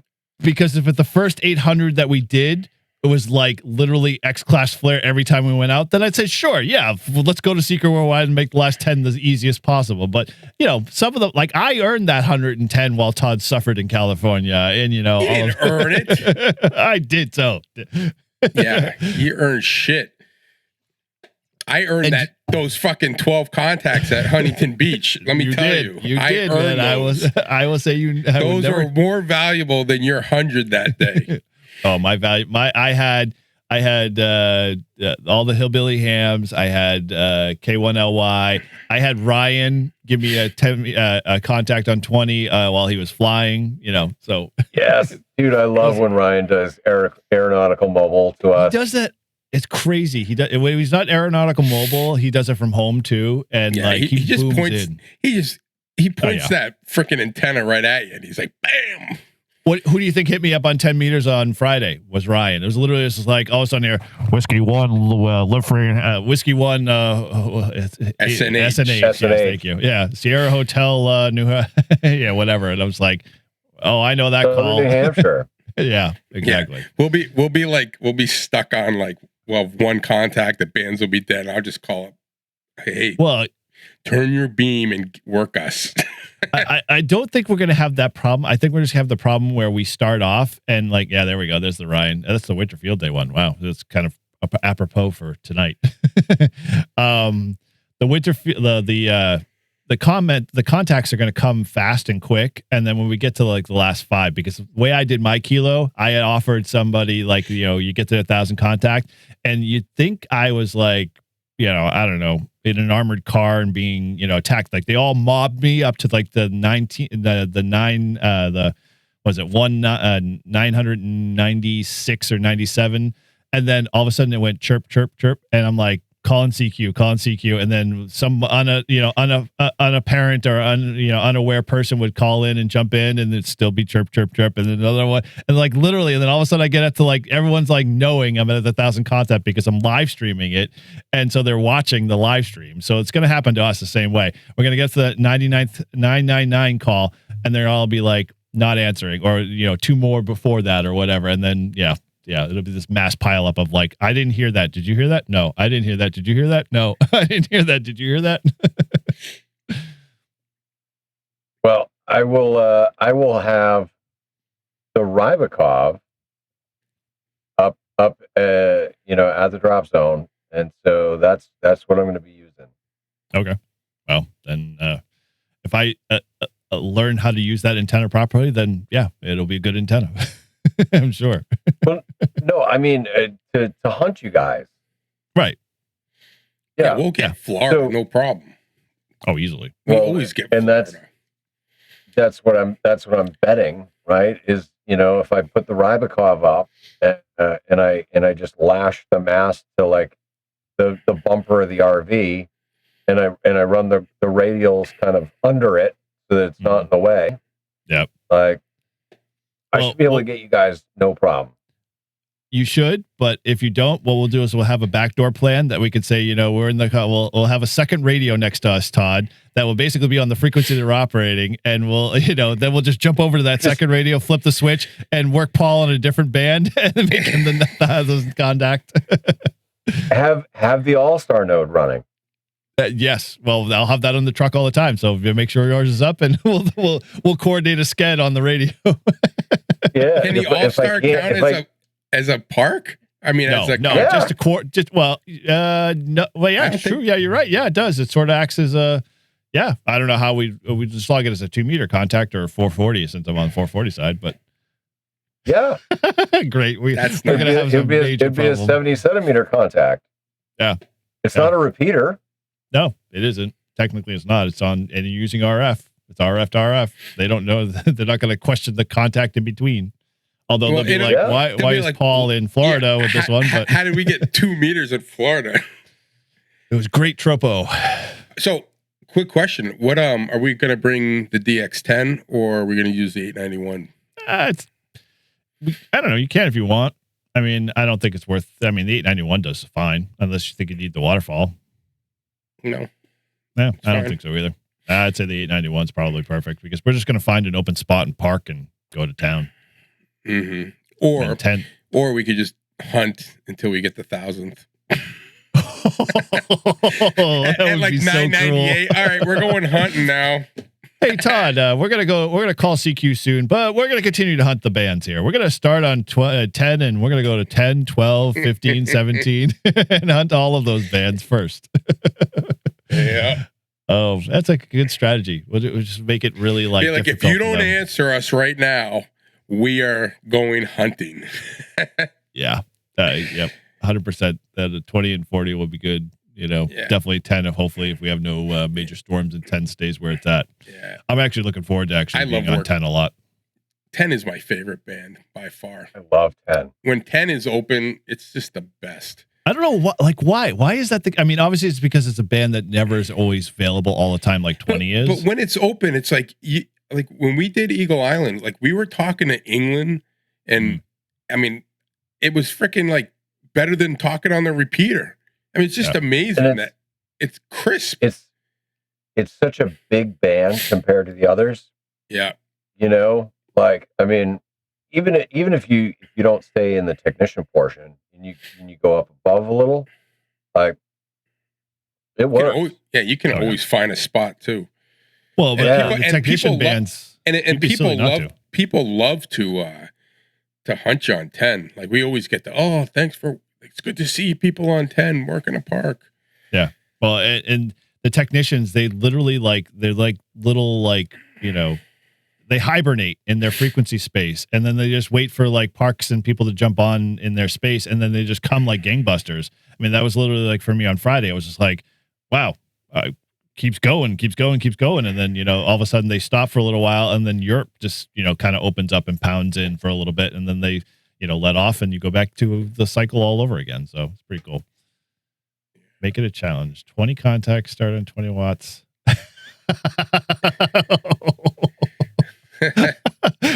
or start, like when we get to the last 10, we're on 1 watt. Yeah, so that contact number 1000 is like 1 watt. Oh, dude, that would be cool. All right. I mean, I got my kilo at Russell Abbott, right? And I didn't reduce power because I wanted to. I reduced power because I had to. Yep. But yeah, I mean, I went down to 50, and then I went down to 20. I would have kept just turning the fucking power down, like. All right. Well, we have to remember that, Todd, when we start to do that. We won't note it. We won't note where we are, but we'll say, propagation has changed a bit. Oh man, that interesting strategy, man. This could be fun. I think it might actually, because 20, we need 25 contacts, 30 contacts total to get to 1,000. Is that the number? Yeah, it's something like that. So it's like, it's you like need to get one. You have to go hunt one. I have to get one, but yeah. Well, I'll start at 1. I'll start at 1 watt with that one contact, so we're equal, and then we'll turn it up to 100, and then we'll slowly turn the power down as we go back down again. So yeah, we'll keep that going. I like that strategy. Yeah, I don't know. Where was I going with my thought? I just forgot my thought, but yeah, we'll. I had it and it escaped my head. Anyway, is this your first kilo? Mine? Yeah. No. I got kilo at it's your definitely first. I've got no, actually this is the second kilo I've will get, but I don't have any parks that are even close to like getting to another kilo for a while. I'm doing what's that, Silver Lake, and then I'm gonna go do Russell Abbott so I can hang out with Paul. Well, both you and I have to figure out how we can squeeze Russell Abbott in before he gets back, so we both kilo that, so that he has to come back and work the kilo again, just so he gets another one. We'll double kilo it. Just camp there for a weekend. We'll bring all Paul's winter gear shit, and that's where I'm going to do winter field day at Russell Abbott. Paul, I hope you don't mind. We left your buddy heater and your tent there Paul, permanently. Thanks for all your cool shit that you're using. We just triple kiloed your favorite park. Then we'll do it on FTA and on top of that. So just and we'll have Tim come do CW. So it really just it rounds it all the way out. We're gonna rename that park Grouch's favorite park. Yeah, well, at this point, everyone knows it is his favorite park. And his secret place is no longer secret. It's an awesome place, though. That's definitely good. Next summer, I'm bringing my kayak up there. Oh, that'd be cool. I'll do parks and I'll get some contacts, and then I'll go fishing. So supposedly there's really good fishing there. Yeah, I'll take your word for it. Well, it's not my word. It's Chris. Whiskey. Oh, yeah, whiskey CJL. Yeah. Actually, we got to think. I got to think about if I'm going to have some time in my schedule to go down there in April when they do their 25-hour POTA, because you can't borrow the 24-hour. Who's doing 25-hour POTA? Chris CJL in the Cape. He wanted to put together one, and he finally got the location picked out. And I'm like, dude, what are you going to call it? I'm going to call it 24-hour POTA. I'm like, you can't. That's copyrighted. He's like, really? I'm like, no, but you can't call it the 24-hour POTA. He's like, oh, fine. I'll call it the 25-hour. So, yeah, he's doing that in April. So if you're free and you want to go down to the Cape for the weekend. You know the date? He gave it to me, but I could probably pull it out from, we could ask him on the Discord, and I'm sure he'll have something more. Yeah, I'll definitely go down for that. Yeah, so it should be fun to go do What that. park is he going to do? I don't know. He gave us all the details on Mike's stream. Mike, do you remember what he said? I'd have to go back to tape to remember, but yeah, he's got all the details, so we could probably get it from him in the chat on Discord. You're still bitter about the 60-meter stuff, Mike. Come on, get over that. It was so yesterday. And since we're already on that topic, we did get our first QSL card for W1LFH from Whiskey 4 Lima Whiskey Zulu Larry. Out of Florida. So there's one contact voice that we have, and I'm still going through the video. So those that thought I forgot, and it's all a thing of the past, I'm actually like logging what contacts that we did get voice that I can pull out from the video and stuff. So if you happen to have them and you made a contact with us and you do have it in records, send me an email, let me know. So that way I can make sure. So we lost all the. It's really gone. All the sideband stuff. Yeah. It's totally, it was all stored in memory instead of in the MDB file. So we have to go back from video to do it. Wow. Which, with lessons learned, going forward, when we do our 24-hour POTA next year, Todd, make sure we have a separate technical team that doesn't involve us three. And is like actually the competent people that know how to bring the right radios and set it all up, and that let them manage all that, and then that way we can have our grubby hands away from it, and we can have fun because it was crazy busy. Yeah, so that's the key, right? Is we need 3 other people to run the event so that we can have fun and just socialize. Or more so, not the critical pieces that like make the 24-hour POTA the 24-hour POTA, like the live streaming component and some of the other stuff. So I'm thinking. But, I think next year we just use one of those AI apps and just record the person working it. That way, it's like a backup in case this happens again. Oh, I have an AI called Noti. I use it at work all the time. So if you just record it. It'll freaking pull it out. The only problem is that for a while you went in the videos, you went on a headset, and so we no longer could hear the audio. That's because the bands fucking sucked, and you had everyone over there talking around me, and I couldn't. And you had Tim going beep beep beep beep beep beep beep beep beep beep beep beep. I was like, shut that thing up.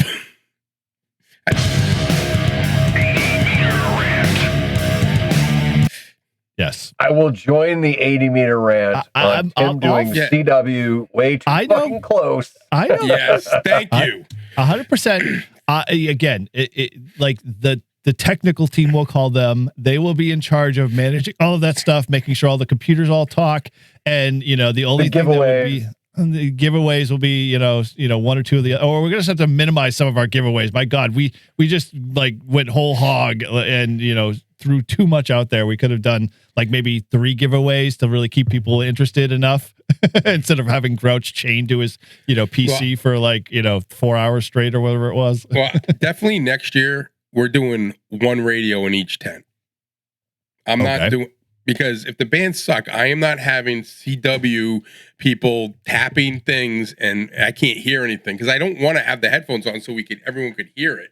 But we have to have like some rules, like maybe not have the tent next to the food and where everyone's hanging out. Yeah, no, well, that we'll have to spread some of that stuff out for sure. And we're gonna have to get more of an industrial stride. Like I'm surprised it's turned into 24-hour POTA, but yeah, we'll have to get an industrial, like nice, like wedding style tent with the sides and stuff like that keeps all of those, nicely, dry and safe and secure, and just have it well lit because, having, like you said, all those tents, it was just crazy because everyone sat by the fire when it wasn't raining. Everyone was outdoors. So it kind of defeated the purpose of having a second tent, except when it rained. But yeah, all to be planned later. So if you're interested, come talk to us.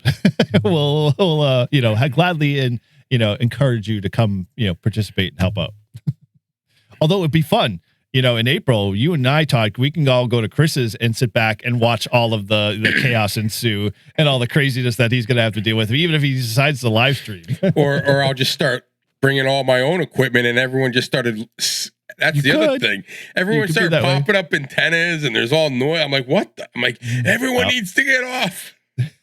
Everybody wanted to but that's where I came in, because I went around and I told everybody, shut your shit off, shut your shit off, shut your shit off. You're interfering with the station. You'll have I mean, that's funny. So that's exactly what I stated to everybody who signed up. I said, don't bring your gear, operate our station. If you're going to bring your gear, go up to like the main park area and operate up there. And, that memo apparently fell off the, somewhere along the line. But yeah, I got no problems being grouchy and telling people to shut their shit off. Oh, yeah. I know. Yep. We started off. It worked well. It worked well, man. It did start off. The weekend did start off good.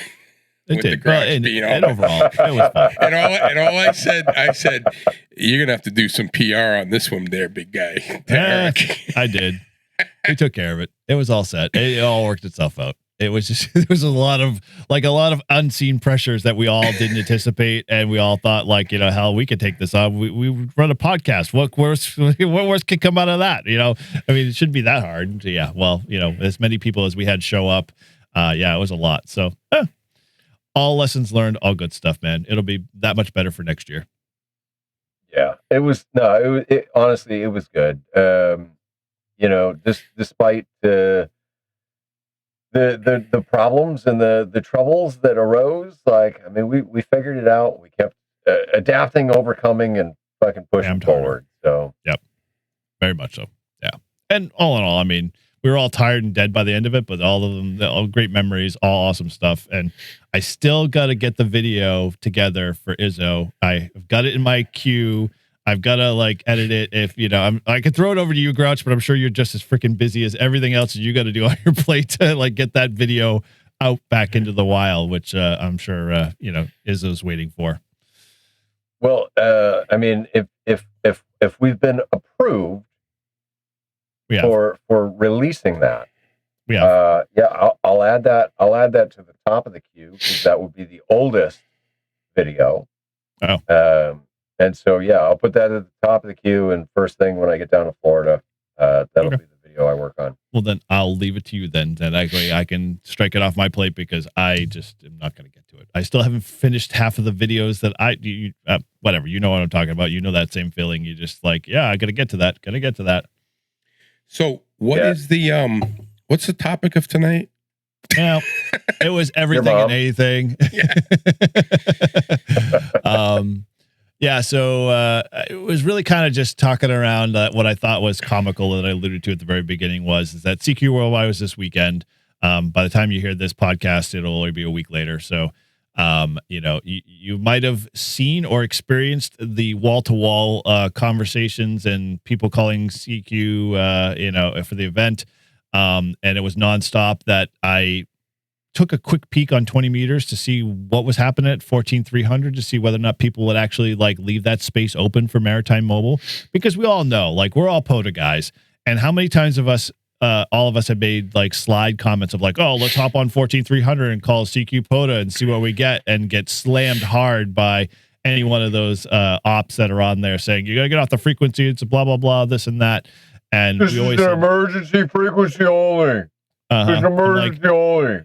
How do we know how many ships went down in the harbor? It could have happened during this weekend, and you never would have known, because there's nobody on 14,300 because there was a station there pounding hard.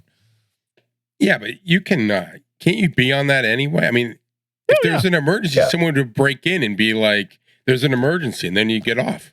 There's no way over CQ Worldwide that there would ever be an opportunity for someone to even hear the word emergency or a maritime mobile ship.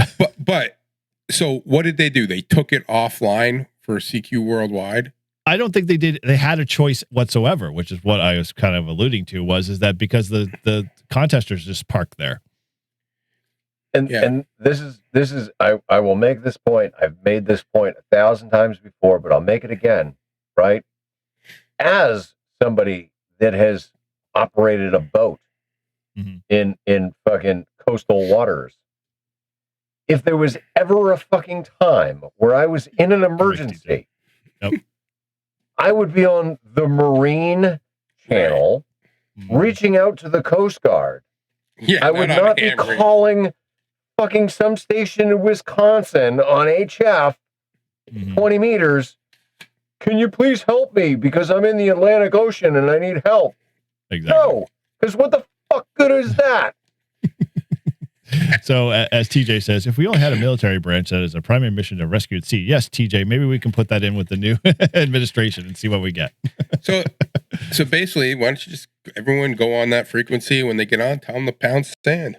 Well, it kind of got me thinking. Frequencies, buddy. It got me thinking. It's like if CQ Worldwide can bend them to this point where they just have no any control whatsoever, they just fault to okay, we're not going to do anything. What would it be like if we had so much POTA that 20 meters was not even available for folks to do rag chews anymore? Because if I could show you the screenshot, actually, I probably have it on my phone here. That would be awesome. It would have been freaking amazing to see. Let me see if I'm talking here and pull up the photo of the quick video I did. You watch, POTA's going to get its own channel, its own frequency. So you can't see this. It'll be like CW. It'll be digital. If you see my screen in the background, that's my waterfall. That's 20 meters. There is not Dude, that an is open. A beautiful screenshot of your face. All right, fine. 40 ahead. Thanks, my friend. Yeah, let's do it. Here we go. Let me zoom it in further so you don't get to see my ugly face. There we go. There's my waterfall, Paul. So as you can see, there's very little space whatsoever. And actually, I think I'm sitting in 14,300s at very high peak. So you see the very high peak in the waterfall. That's 14.3. So there was nobody. That's a DX station running 3K. Oh, easily. Or whatever. But ultimately, it just kind of got me thinking. So who says 14? Is that like a law, or is that just what they pick? Gentleman's agreement kind of thing. So it's like 7,200. Yeah, somewhat. Yeah. Yeah. Right. All right. So that's not like it's not. It's just been in play for 40 years or something ridiculous like that. So it's got history. It's got time and. But when is it actually ever used? Like, has anyone ever seriously used it? Like, how many times has it been used in an emergency? Not sure. Because I agree with the Grouch. Like, shit, if you're in a boat and you're fucking going down, I'm not getting on the ham radio. I'm getting on the marine radio. We had this discussion before. I don't disagree with any of that whatsoever. So why are they all freaking out? Because they're old timers. They're people that run these nets and they've been doing it forever, and that's what they like to do. So if you're doing this is the way it's always been. It's too prestige. Bad. Too bad.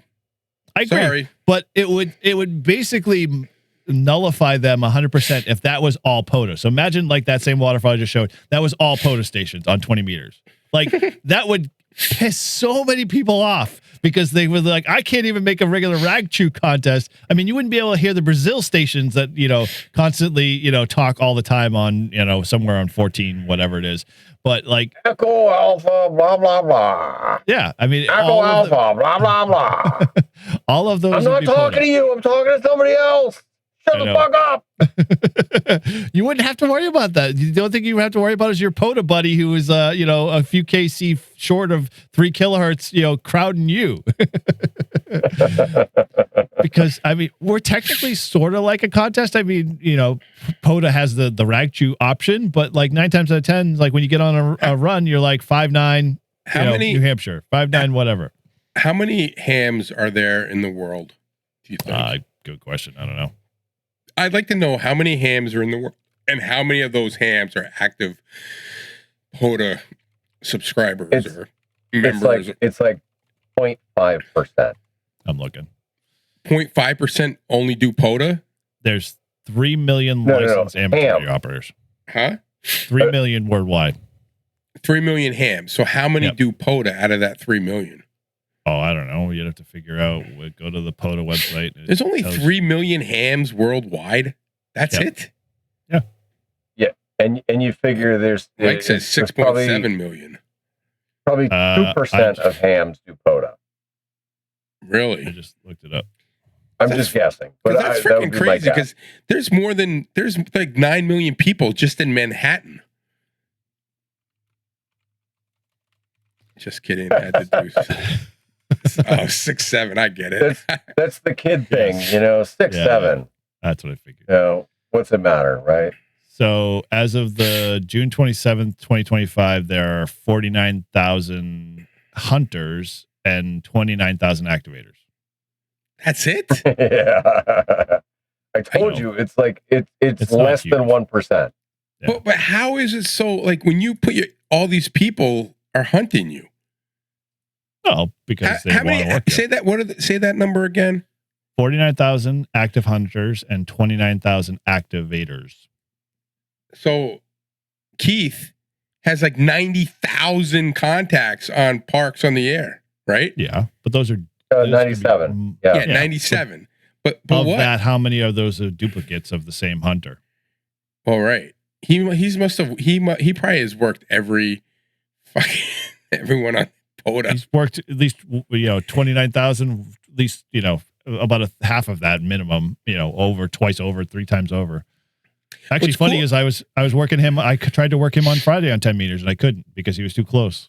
Now, you know what's cool about POTA though is that you don't have to be actually hunting POTA to make a contact, right? Like you could just be a guy who knows nothing about Canada, hears me call CQ and can actually make the contact, right? Right. That's why I said active hunters, because those are people that are registered. Right. Because I know when I joined POTA, I already had stats because I had hunted. I didn't even know it. You know what I mean? Like I had made a contact, not signing up for POTA, and you were just scrolling the dial, right? And you found somebody calling CQ, and you answered their fucking call, right? Yeah.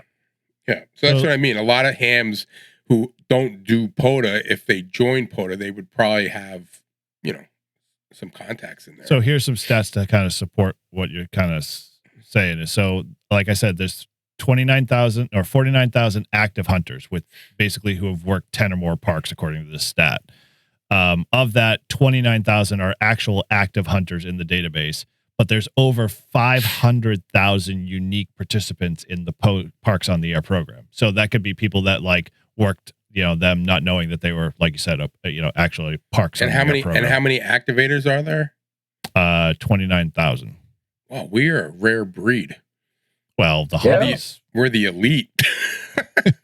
Yeah, it's an easy entry, right? There's no big membership fees. You set up a radio. So, but now you understand how it feels to be a Marine and a combat veteran, right? It's a very, very small percentage of people, right? Yeah, very small percentage of people. Yep. Like I said, the elite, right? Yep. There you go. So, yeah, that would take a lot of activators and hunters to be able to pull out what CQ Worldwide is, but it's doable if you if we got more people But I think hopefully it keeps growing, but I think what's cool about it is that you can do it whenever you want on your time. Like with contests, it's like I got to do a contest. Like this is the time to do it. Like let me get my Depends. I got to put them on so I can sit here in front of the console for 48 hours straight. Right. But I'm an activator, and that's kind of a big deal. I like to talk about myself in the third person too, right, Mike? Yeah, but you have to say it like you wrote it.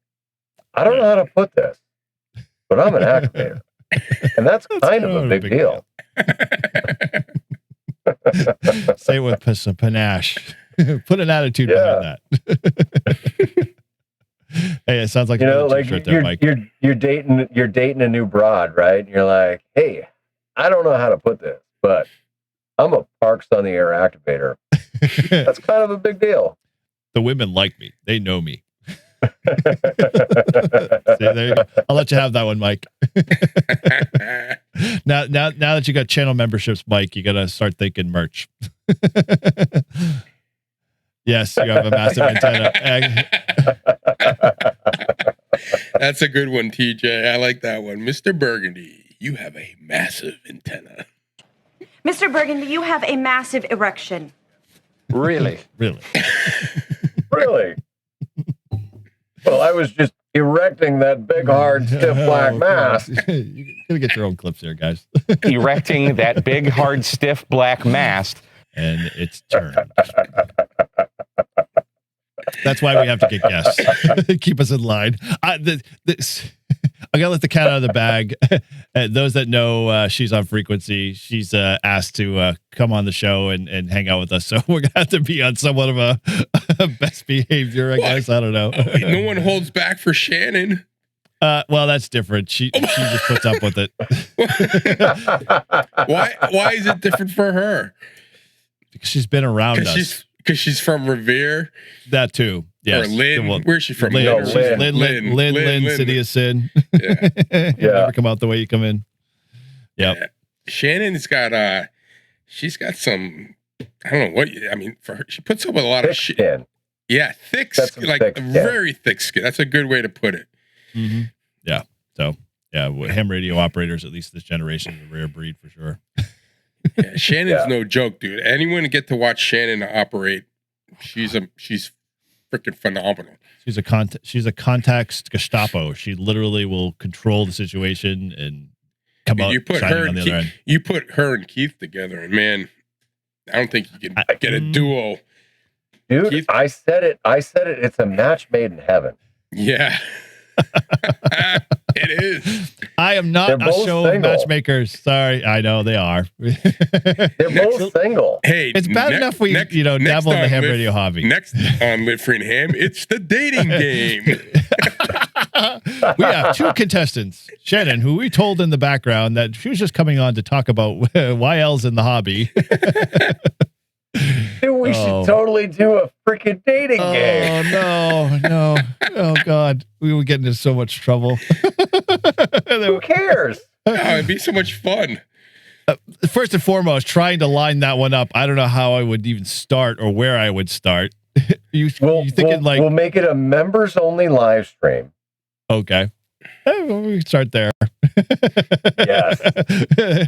There we go. We'll start at members only. If you want to see this, let us know. Put it in the Discord. Just don't let Shannon know. It'll be like welcome to tonight's episode of the Ham Radio Dating Game. Make it really tacky. I'm your host, The Grouch, and join with me is Eric, N1JUR, and Todd, W1STJ. Let's welcome tonight's contestants. Up first, we've got Shannon, KC1OHT, but that's not all. She's also got a UK call sign. That's a nice title there, the matching unit. Nice job, Mike. You're on the ball. She likes long walks in the Poda Parks and loves her vertical antenna. Keith, who likes to, carry around 600 watts, ladies, Dude, that amp is freaking awesome. That thing was pretty cool. We should have really used that for the 24-hour Poda. Now that and it's not that big. Like it's not. I thought it was like when I think amps, I'm thinking like big. I'm like, how are we gonna get? I'm thinking it was gonna like. I just had pictures of me like putting that on the back of my kayak and just being like, yeah, like lean back. I'm taking on water. the tail and the like taking on water. Yeah. Mm-hmm. No, I think it was pretty sweet. Well, I'm glad it worked out well. Yeah, the two of them are like a Poda. They could be a Poda couple. Oh, dude. Whether it's romantic or not, they could just be a Poda team and they would dominate. The Poda power duo. Because they're running more power. Well, what? So we're crossing over into ham radio duo. We're crossing into Poda power duo. So like we've already borrowed from two other channels. So why not? Like let's steal every title we possibly can. That's not trademarked. We're creating a monster here. You know that, guys. I'll have to bring all of these points up on our Friday Brilliant Activate. I'm definitely going to be on that one. I'm going to put that in my calendar right now. What time is it at? 9? It's 9 a.m. on Fridays. Oh, yeah. Or, 10 a.m. on Fridays, Eastern Standard Time. 9 a.m. Yeah. Poda Power Doodoo Tube. On Halloween. You can't fit Clubhouse in there too, Mike? That would work really well if you could figure out how to merge all that together. Wordsmith it, baby. Let's go. All right. Well, this one turned in a really weird turn. I can only gather when I throw this at the AI to see how it's going to come up with a title and description where it's going to go with this whole thing. I'm going to have to come up with a good thumbnail. They're going to be like, the Grouch is the greatest host of all time. Now that it's the only thing that's heard, yes. If you didn't know, he's kind of a big deal. Just a little bit. Just Motor powered zero tube clubhouse crash course.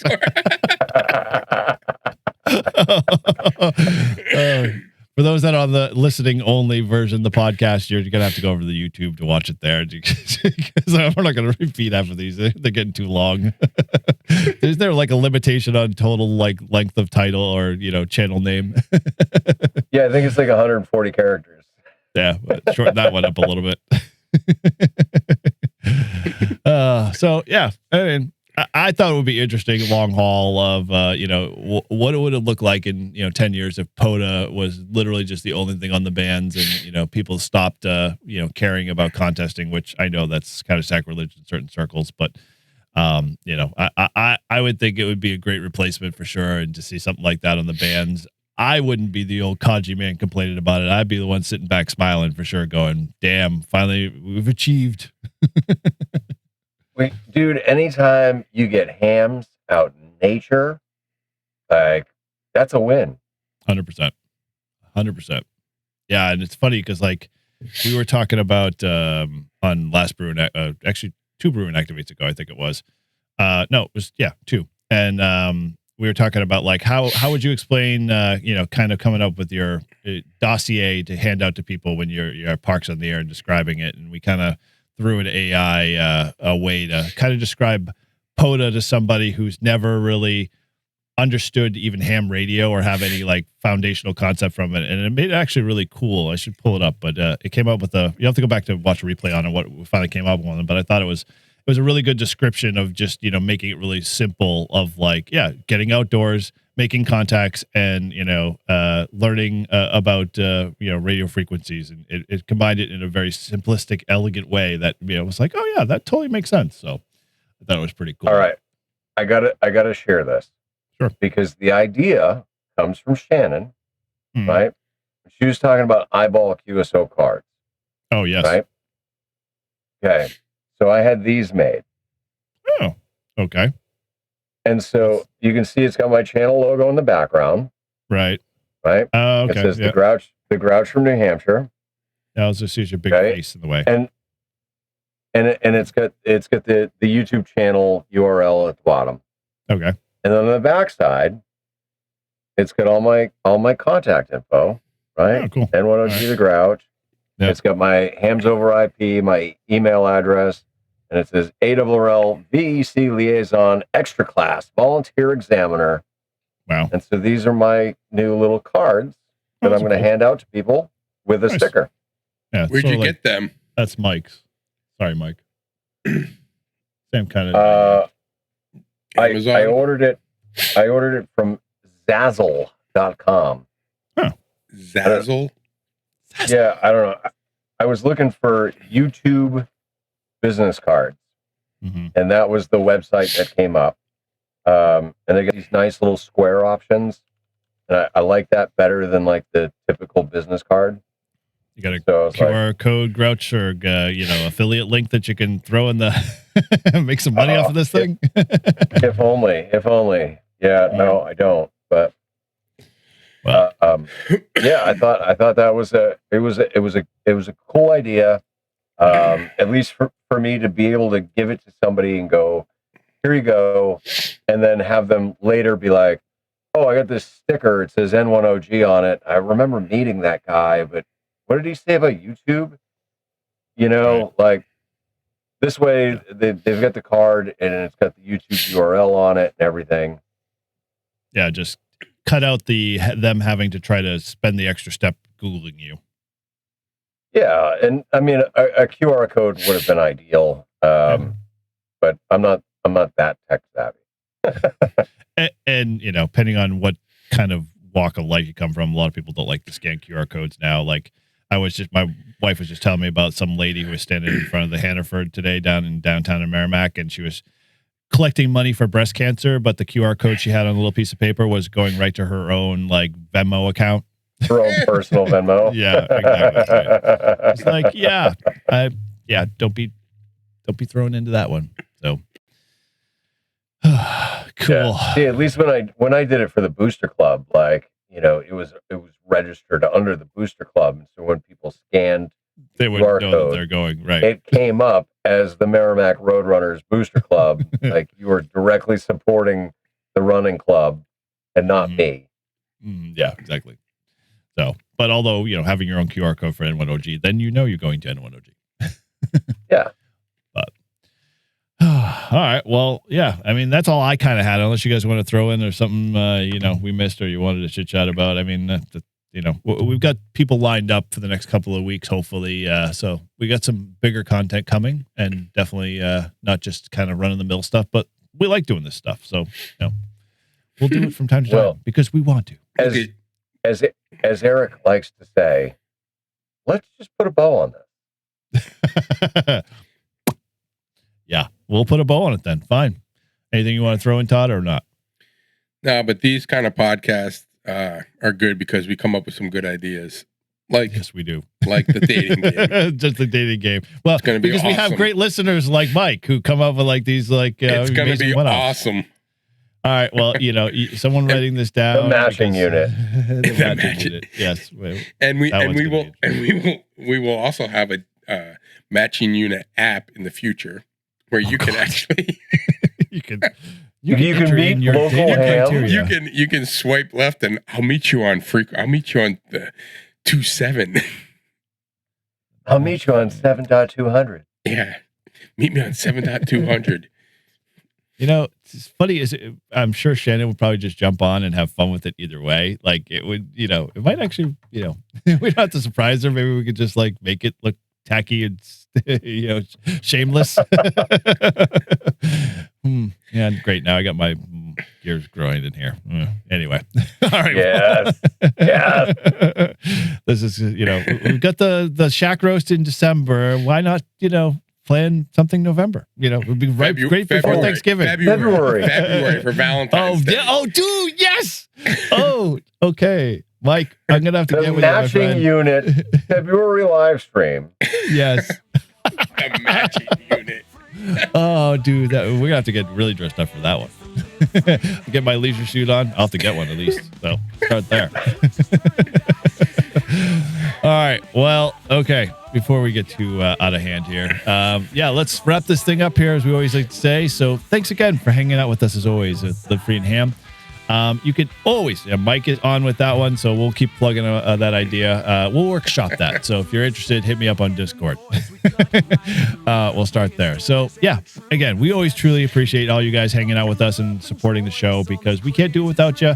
And heck, we were just sitting here talking to ourselves, and that's kind of boring. But glad you guys all joined us. We definitely appreciate Mike and Ted and TJ all there in the chat. Thank you guys. And they are all our Patreon listeners, and so you too can come hang out with them in the chat every Sunday night when we record. But if you want to just connect with us in general, you can always head over to our Discord server, join in the conversation. That link is in the show notes and scrolling across the screen here as well. You can subscribe to our YouTube channel, catch all the awesome, excellent content there, and stay tuned for our, future shows, we'll say. We'll leave it at that. You can always leave us a review. You can leave us a question. You can, send us anything via our SMS links, as well as our voicemail at 978-233-1142. And if you want to support the show financially, you can always head over to our Patreon, buy us a beer links, or head over to livefreeandham.com/shop and check out all the great show merch over there. And as always, check out that for livefreeandham.com for all of our host information, all of our shows, past content, and everything else. And again, from all of us, thanks again for listening. And thanks again for being part of Live Free and Ham. And 7-3. 7-3.